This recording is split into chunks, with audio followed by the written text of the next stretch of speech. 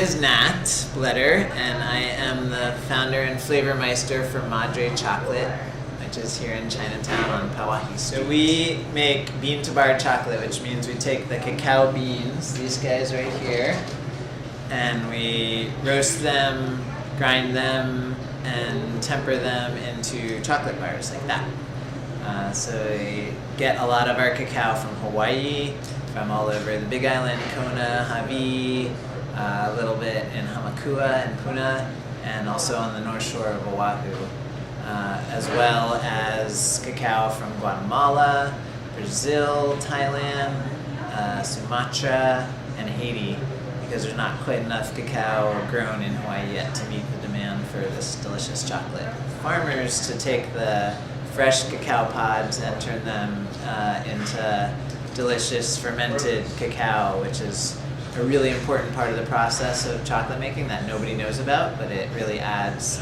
about 3/4 of the flavor to the final chocolate bar. So I was in grad school getting my PhD in ethnobotany, and one of my classmates forced me to write a book chapter in this book, Chocolate in Mesoamerica, about traditional uses of cacao in South America. And at first I said no, but she kind of coerced me, and I got really into researching the book. And then when the book came out 12 years ago, some other friend said, hey, we don't want to read your giant tome.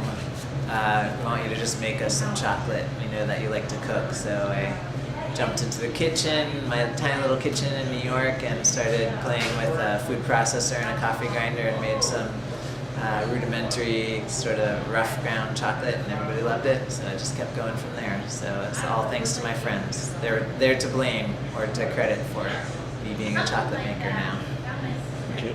The reason that Madre chocolate is so special is because we really focus on working with the farmer and collaborating with them, and really honing that ferment of the fresh cacao fruit and turning it into the best cacao possible, and really iterating, because Hawaii is the first place in history where you've had cacao farmers and chocolate makers like us and research universities like UH in close proximity, all focusing on improving the cacao and chocolate really quickly.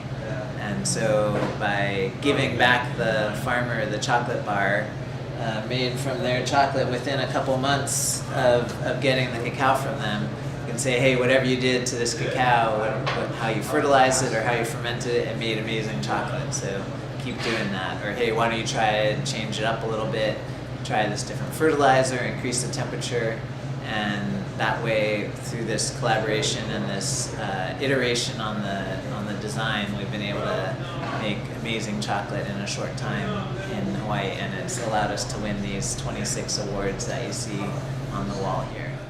So here are some of the 26 awards we've won over the years, both locally, the Big Island Chocolate Festival, Good Food Awards, Northwest Chocolate Festival, and the International Chocolate Awards, where bars like our Triple Cacao won a world silver medal, and our Chocolate de Mesa drinking chocolate won a world gold medal for one of the best drinking chocolates in the world. And these are pretty competitive. You have to send it for the semifinals in New York first, and then if it makes it through that, it goes to the world competition in London. And we're waiting to hear if we won again this year.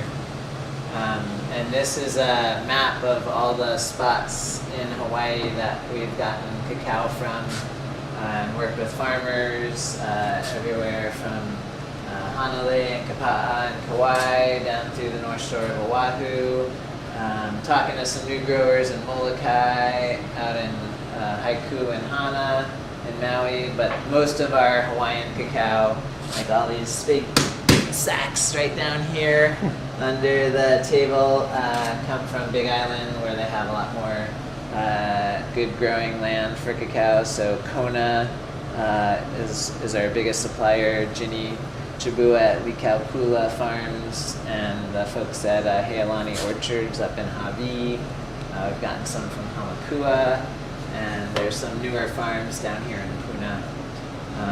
So we try to really cultivate relations with all the farmers and highlight the flavor differences between each island, because it will really taste different even between Hamakua and Havi, vastly different tasting chocolates. It's just like wine, that just where it's grown and how it's fermented changes the flavor a ton.